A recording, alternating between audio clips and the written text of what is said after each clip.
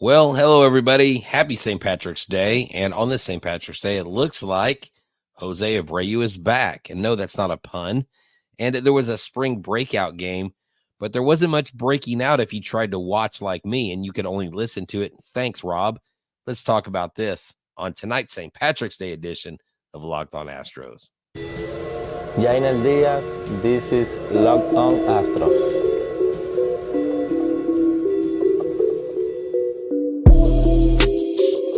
Hello and welcome to Locked On Astros, your daily Astros podcast. Here are your hosts, Eric the Man Huysman and Brett Htown Wheelhouse Chancey.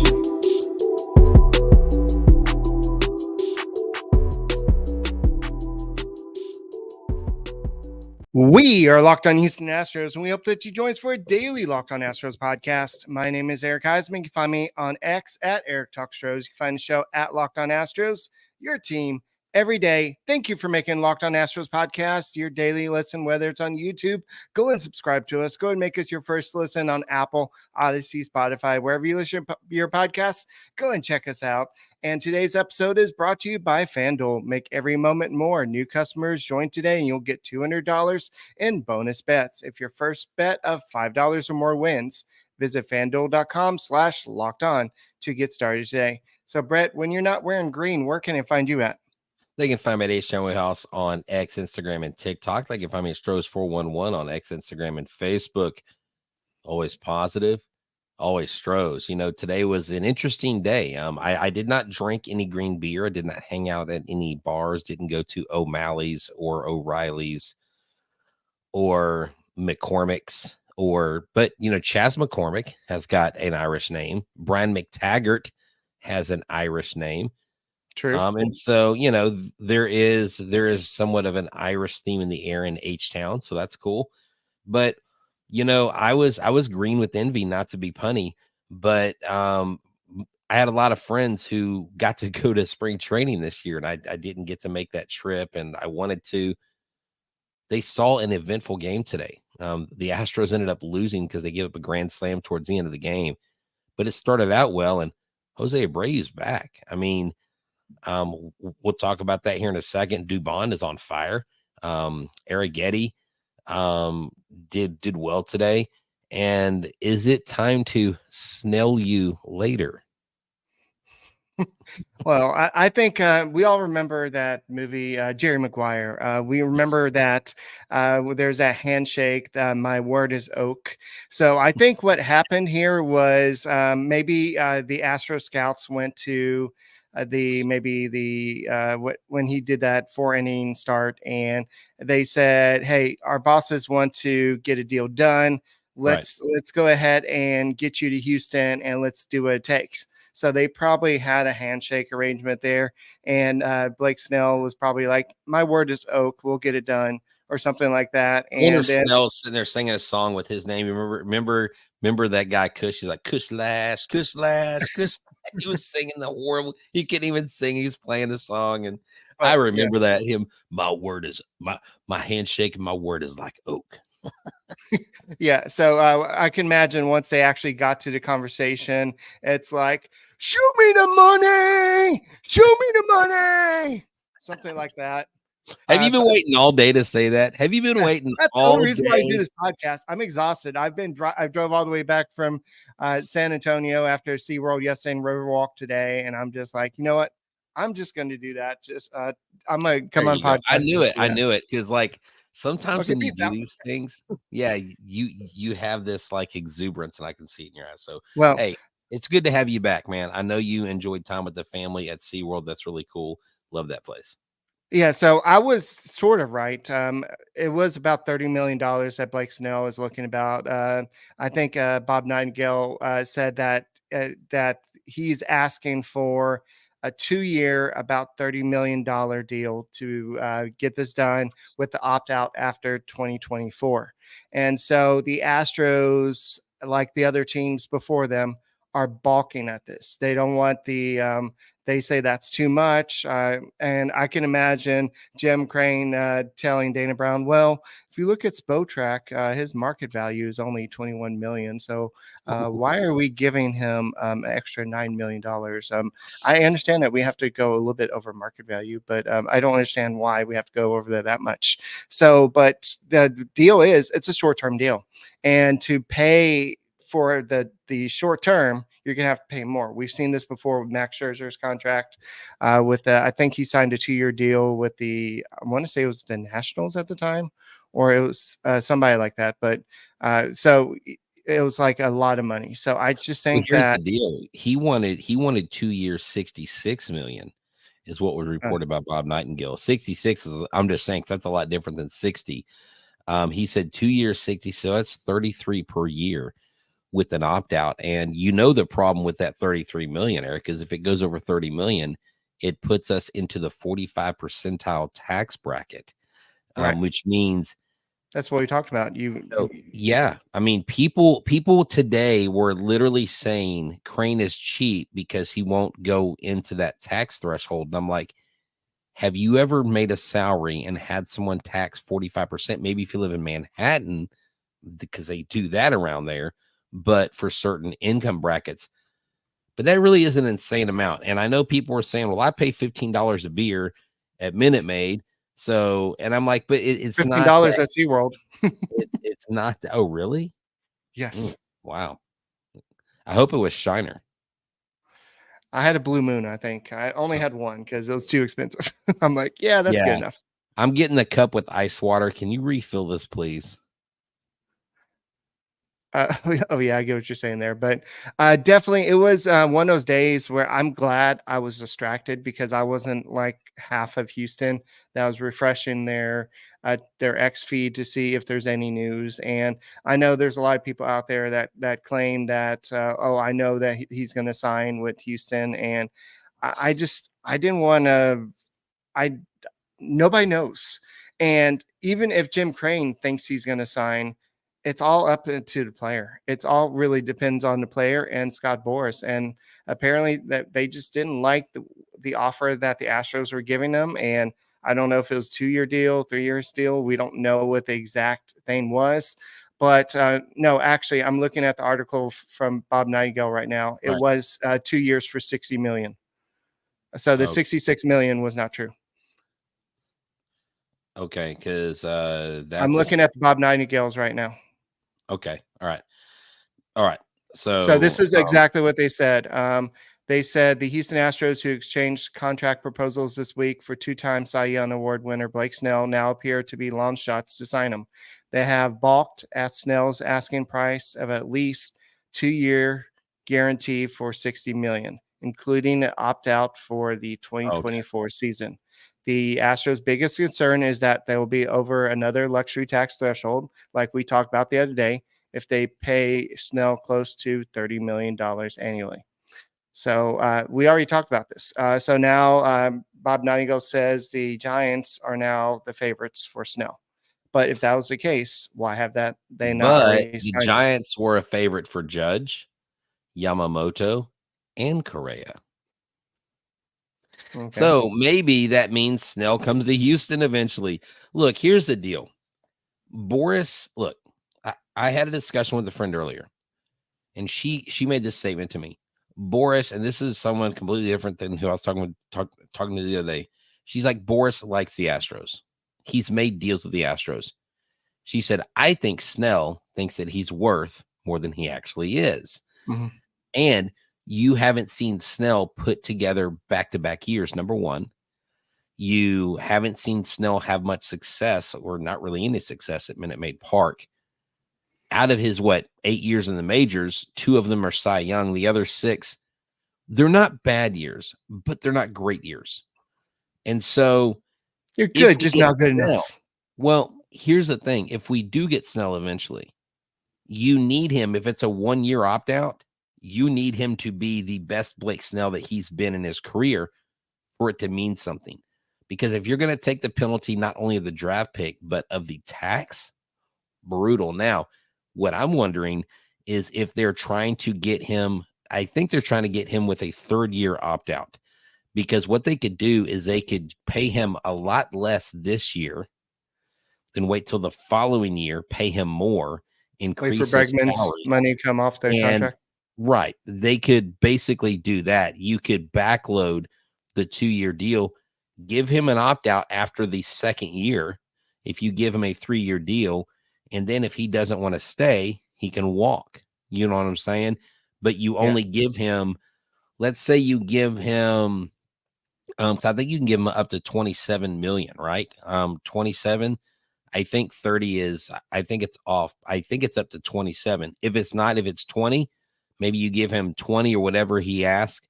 And then the next year, shoot, I don't care. Give him 37 and then Right. promise him more the next year. So I don't know. At the end of the day, Eric, it just seems to me like the Astros need to do something. Here's my question to you. Why have we not heard a single report other than the Cubs saying they're out of Montgomery about Montgomery?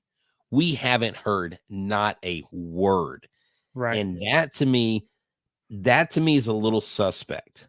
I don't know what's going on with him. I mean, is he still playing baseball? Is he going on the next series of Survivor? I mean, what is going on with Jordan I'm pretty Montgomery? sure, just like Blake Snell, he's keeping loose. He's keeping his stamina up, and I'm betting on that. So we'll continue this conversation in a second. Then we'll talk about JP France. He did appear in a game this weekend, and Jose Abreu's back. So we'll go ahead and kind of transition the conversation away from Blake Snell, because we could talk the whole show about him.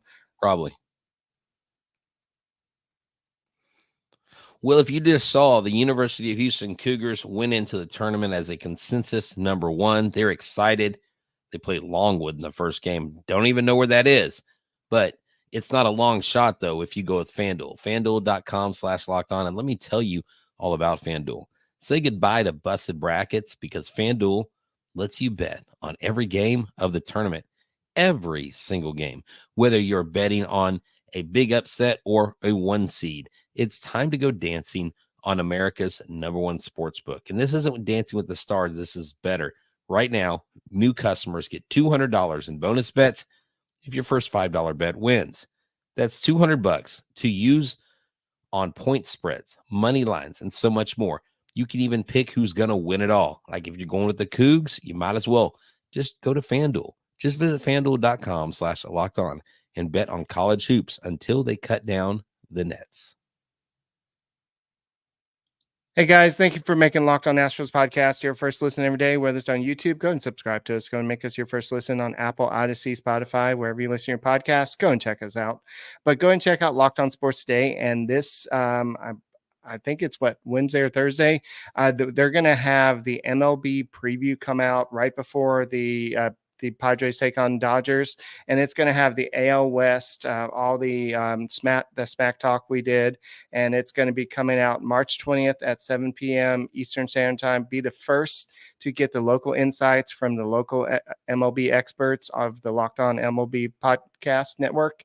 Find it on March 20th at 7 p.m. Eastern Time on the Locked On Sports Today 24/7 streaming on YouTube or the free Amazon Fire TV channels app.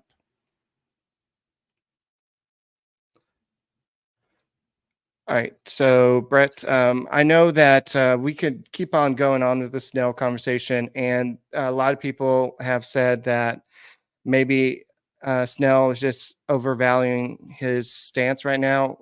Like, people are not willing to pay the money he's asking. So, Hell yeah, he is.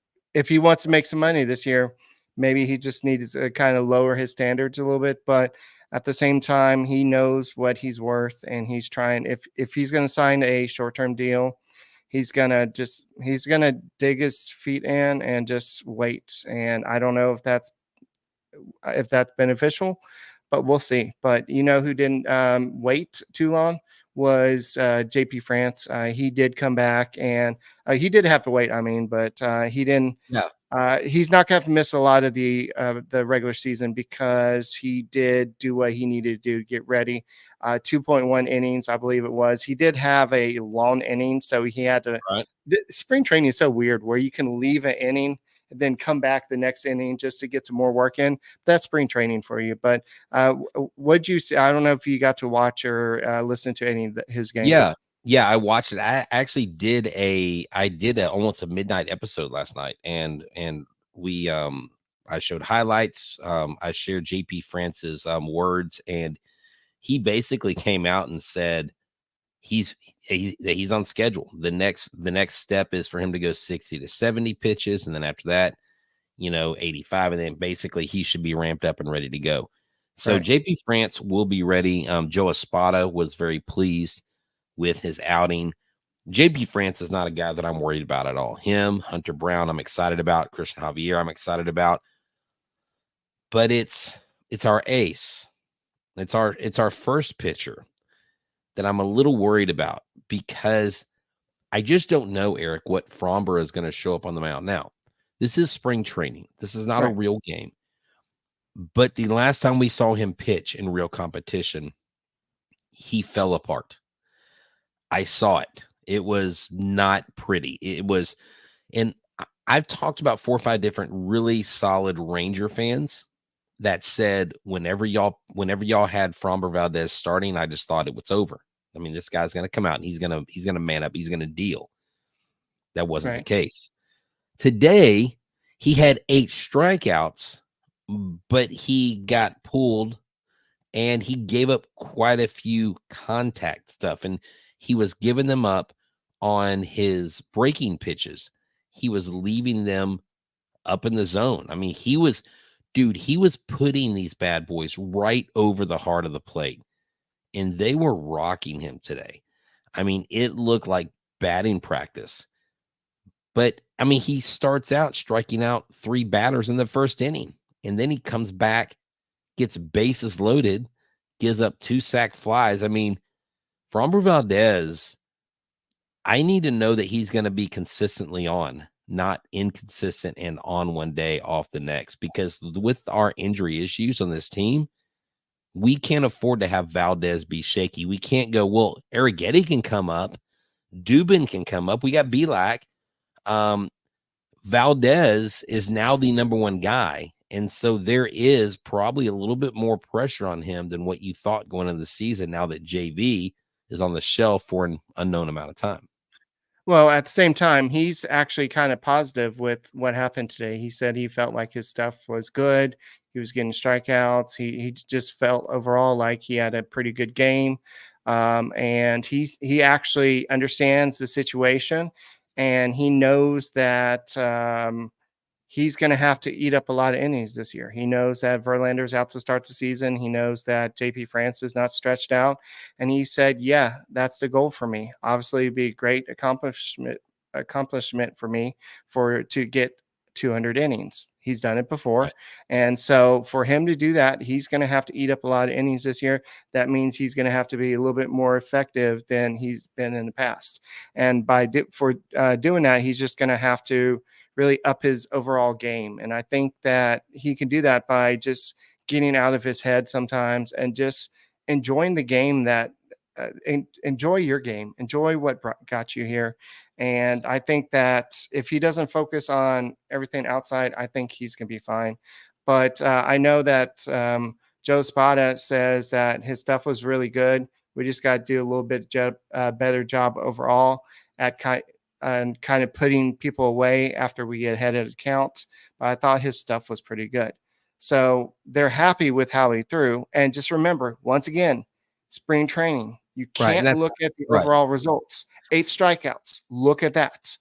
But the 6 hits, a little bit alarming. The 4 runs, okay. But it's the fact he had to leave an inning and then come back in because he threw too many pitches. That's the concerning part. The fact that he had to throw too many pitches in an inning. Right, exactly. And he also did throw in, he was asked about what he thought about Yainer Diaz, and he said he's matured a ton compared to last year. It's amazing what being the catcher every day will do for a guy. Right. I mean, so the good thing is he did say he felt good mentally. Right. I need to hear that, because that is the part of his game. I don't doubt Framber's talent. I don't doubt Framber's drive. I don't doubt Framber's moxie and confidence, but I doubt Well, maybe confidence is what that I am the most like excited about with him. I don't know like where he goes mentally when he starts messing up. Does he try to throw too hard and overthink it? Does he get worried? Does he, you know what I'm saying? Is it fear? Is it doubt? What is it? That would be an interesting conversation to hear when he's talking to a sports psychologist. But you know what? We also need to talk about eBay Motors because you know what? That's talking about our ride or die. Right. All right, folks, this episode is brought to you by eBay Motors. Millions of parts for your MVP. Win every time with parts that fit your ride. Passion, drive, and patience. What brings home the winning trophy is also what brings home your ride or die alive. And that's key. eBay Motors has everything you need to maintain your vehicle and level it up to peak performance. From superchargers, roof racks, exhaust kits, LED headlights, and more. Whether you're into speed, power, or style, eBay Motors has got you covered.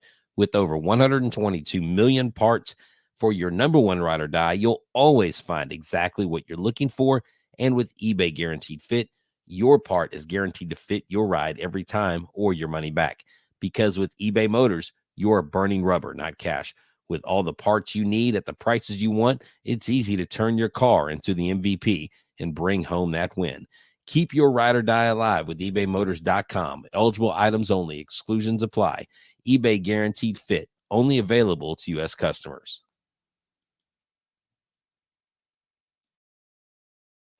All right. So Mauricio Dubon, he needs to understand that he's already made the team, first of all. He's not supposed to hit home runs. He's not taking Jose Altuve's job again. So what is he doing trying to show up all these little kids out there? So, but he's He's the like, Honduran hammer. That's what he is, a Honduran hammer. That's what I'm calling him.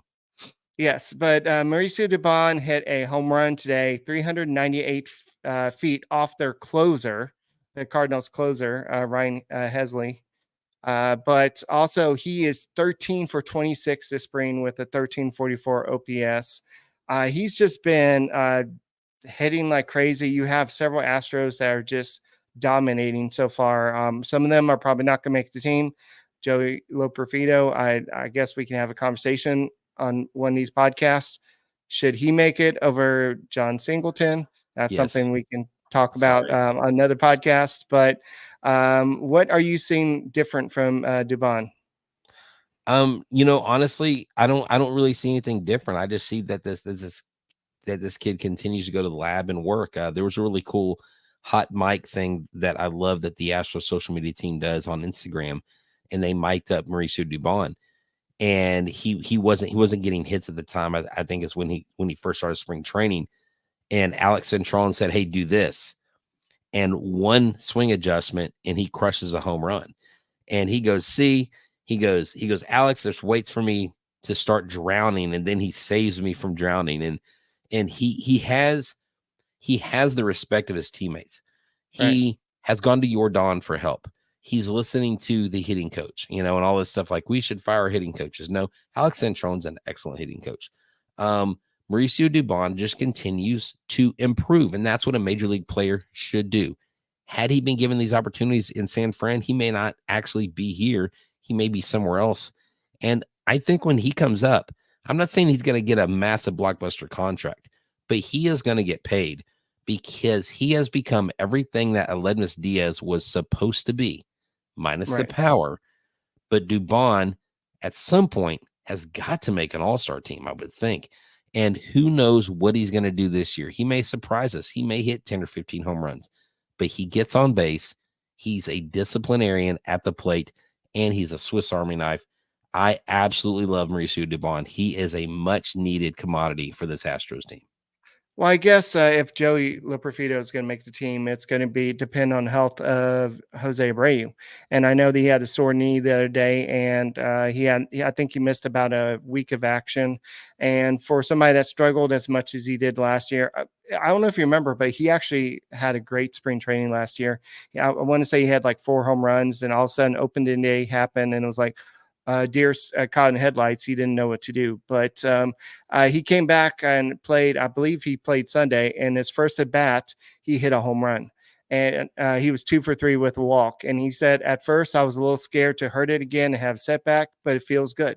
So that means that he's they're probably not going to play him tomorrow. They'll probably give him some days off in between, Right. just to be on the safe side. But if he's healthy and hitting like he did towards the end of last year, I think that's going to do wonders for this Astros lineup. And Joey Loperfido, I know we don't have time to talk about this, but his role would be what basically Dubon's role is just somebody that could play all over infield a little bit, outfield as well.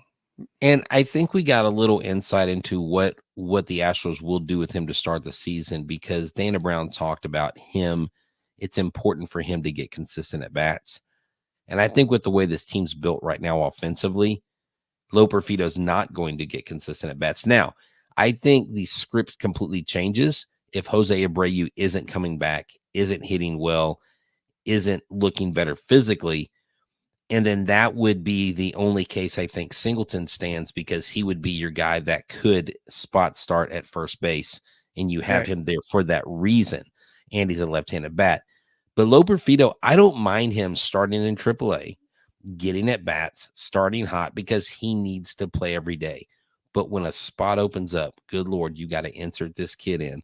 He is a stud. I mean, ever since the first time I spoke with him right out of college, and watching him play, you can tell this kid has matured. He's grown. And that's what I love when we get these guys really young out of college. You can see them over the years beef up, bulk up. They just look like stern athletes. I love that. Let's go ahead. I know we already talked about it, but a lot of people are in the comments are talking about, well, why are the Astros balking at the Blake Snell thing? Well, with the opt out after 2024, let's say the Astros do sign him for 2 years, $60 million, $30 million per season. Right. They're going to be over the luxury tax threshold this year. They're going to have to give up a draft pick this year for signing him. Then they're going to probably have to lose a draft pick next year also for going over the luxury tax threshold. Or no, I think they have to go back 10 spaces in the draft. And they're going to lose international bonus money as well. So there's a lot of stuff that goes into it. So if the Astros sign Snell and they go on to win the World Series, great. Then he walks next year. You're going to lose all that stuff, all the repercussions. You're going to lose it. And I know Jim Crane wants that short-term deal, but at the same time, you don't want to give up all that just to see him walk next year. That's bad business. I don't care if you're Steve Cohen, whatever. Nobody's going to do that type of deal. The way people are going to judge this deal, if he doesn't come here, if he goes somewhere else and he doesn't do well, they're going to say, see, we dodged a bullet. If he does well, oh my God, Crane really missed out. See, he's cheap. Those are the two narratives. So the Astros really, I mean, I guess it's a win-lose situation. They could win so we're not saying we want someone to not do well at their job, but what you want is if Snell goes somewhere else. You don't want him to light the world on fire and win another Cy Young, right? You don't want him to go to San Francisco and win back-to-back Cy Youngs. Look, it's still not completely over.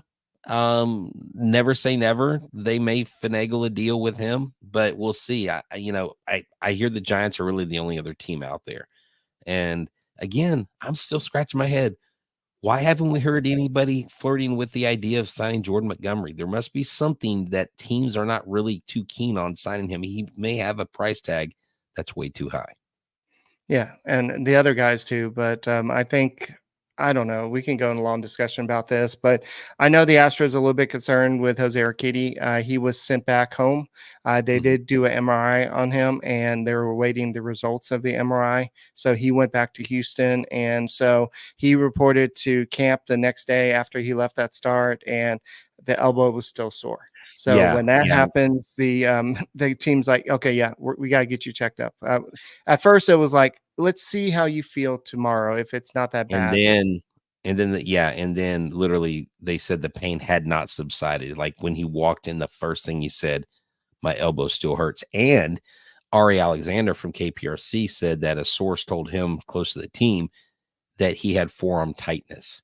Oh, okay. So we have a cross my fingers. I hope this isn't the case, but forearm tightness is usually a symptom of having to have some sort of Tommy John surgery. So let's hope to God that it is not that, because Jose Urquidy, I was really counting on this guy having a big year. Last year, interviewed him after his rehab start. Great guy. Love Jose Urquidy. Yeah, he's one of those, like, we missed him last year, especially when he was out for the shoulder. He came back. He showed some signs of it, but this was one of those guys when Jeff Luno, I believe it was Jeff Luno that brought him in. He was like, just wait till you see this guy. This guy has some great stuff, and he still does. If he goes for Tommy John, do you think that turns the tides for Snell automatically? I think it makes them more needy, but at the same time, the opt-out is the issue. Like, you can't do all that just to have them opt out after next year. So, we'll have to see. But I'm excited for opening day to start for the Dodgers and the Padres. We get some real baseball going on. So I'm excited about that. And then we'll see the Astros start in 11 more days, I guess. If you're listening on Monday, it'll be 10 days. But hey, guys, David wants to know, Eric, over or under 30 home runs for Diaz, real quick. I just drafted him in the fantasy league, so I hope he goes over. Me too. I'm going over for Diaz on 30. Oh, and guess what? My last pick of my draft, Jake Myers. Myers. That'd be a good one. I'll just pick him up in a second. But guys, that's all we got for this edition of Locked On Astros podcast. My name is Eric Huysman. He is Brett Chancey. We are the Locked On Astros podcast, and we will see you tomorrow. And go Stros. Go Stros.